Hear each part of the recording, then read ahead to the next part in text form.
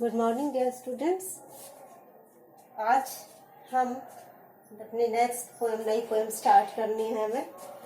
इसका टाइटल है the village school master और ये लिखी हुई है ओलिवर गोल्डस्मिथ के द्वारा। और ये जो पोएम है इट इज एक्सट्रैक्टेड यानी कि ये ली गई है फ्रॉम द डेजर्टेड विलेज। ये उसकी लॉन्गर पोएम है। जैसे हमने पहले भी देखा कि हमारा अलग अलग लंबी पोएम से 7 एजेस ऑफ मैन जो थी वो शेक्सपियर की एज यू लाइक इट से ली गई थी, और इसी प्रकार से the face that launched 1000 ships थी, वो हमने डॉक्टर फॉस्टस मार्लो के प्ले से ली थी। उसी प्रकार से ये जो पोएम है हमारी इस पोएम का टाइटल तो है द विलेज स्कूल मास्टर। मतलब समझ गए होंगे आप, गांव का स्कूल का टीचर, स्कूल अध्यापक। और लेकिन ये जो पोएम अपने आप में पूरी नहीं है, इसको हमारे सिलेबस में निकाला गया है। उसकी एक लंबी पोएम है द डेजर्टेड विलेज। डेजर्टेड होता है जो छोड़ गया, परित्यक्त हो गया, सब लोग उसको छोड़ गए, जो अकेला वीरान में पड़ा है। सब लोग जितने भी निवासी थे वो सब इसको छोड़ के कहीं चले गए, तो छोड़ा हुआ विलेज। तो अब गांव में कोई नहीं रहता है, गांव बिल्कुल सूना हो गया।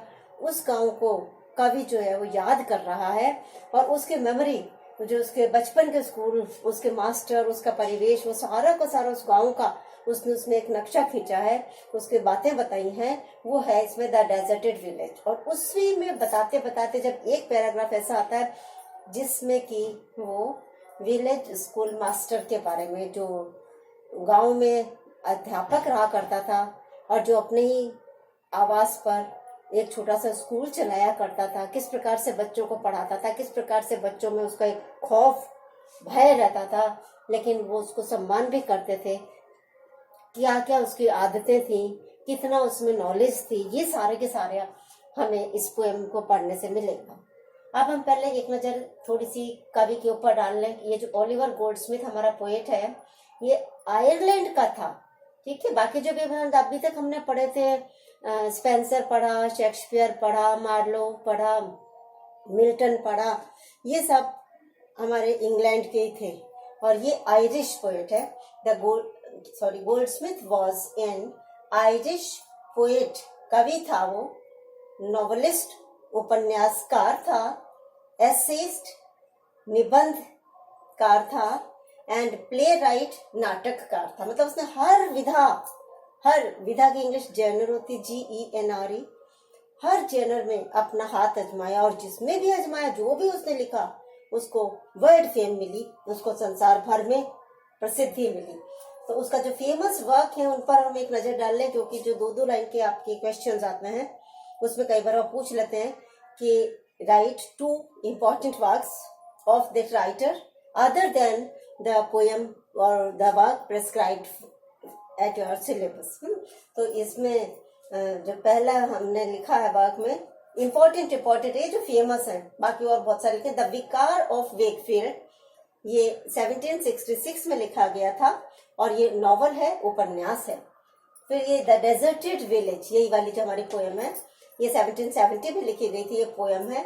और द गुड नेचर्ड मैन 1768 में लिखी गई थी, ये लिखा गया था, ये नाटक है, प्ले है। और इसी प्रकार से शी स्टूप्स टू कॉन्कर, ये 1773 में लिखा गया था, ये भी नाटक है।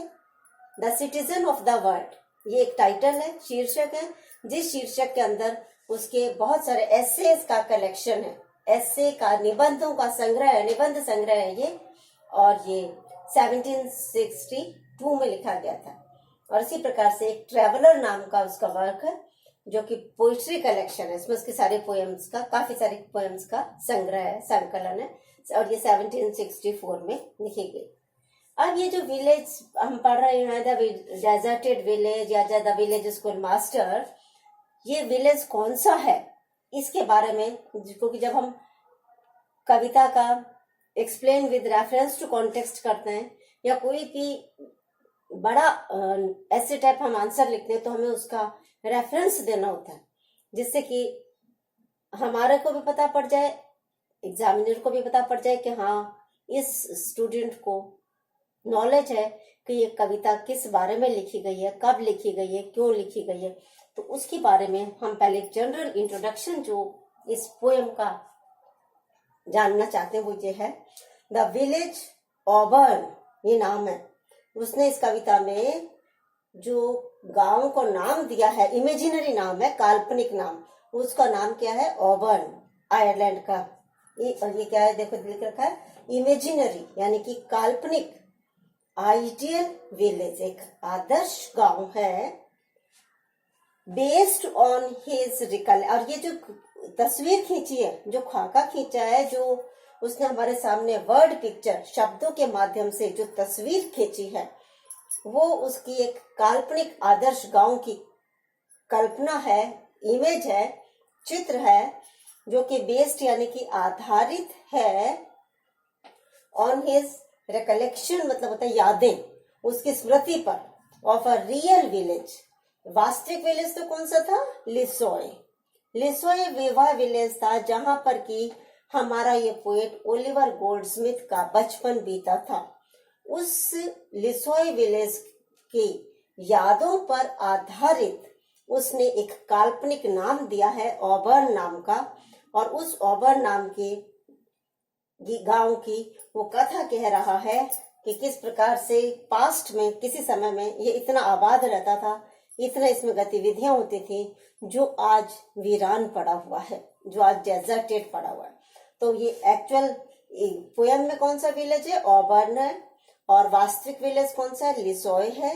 वेयर, जहां पर ही हैड लिव्ड, ही कौन? हमारा पोएट ओलिवर गोल्डस्मिथ रह चुका था। अब जो विलेज स्कूल मास्टर है वो किसका इमेज है?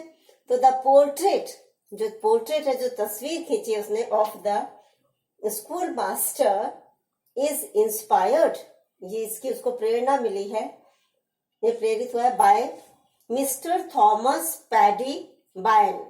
ये उसके उस टीचर का नाम है जो कि विलेज में बच्चों को पढ़ाया करता था और जिससे ओलिवर गोल्डस्मिथ स्वयं भी पढ़ा था। तो ये पूरा नाम भी आपको याद करना पड़ेगा, mister Thomas Paddy Byrne, who had taught Goldsmith at Lissoy. Lissoy में उसने हमारे कवि को ओलिवर गोल्डस्मिथ को पढ़ाया था। और अब बड़ा होने के बाद जब उसको याद आता है, जब एक बार वो जाता है गांव में और उस गांव को उस तरीके से देखता है, तो उसकी सारी की सारी पास्ट की मेमोरीज जो हैं वो एकदम से फिर से रिवाइव हो जाती हैं, फिर से यादें ताजा हो जाती हैं। और उसी यादों को संजो करके कवि ने ये कविता लिखी है, जो कि हम नेक्स्ट वीडियो में पढ़ेंगे।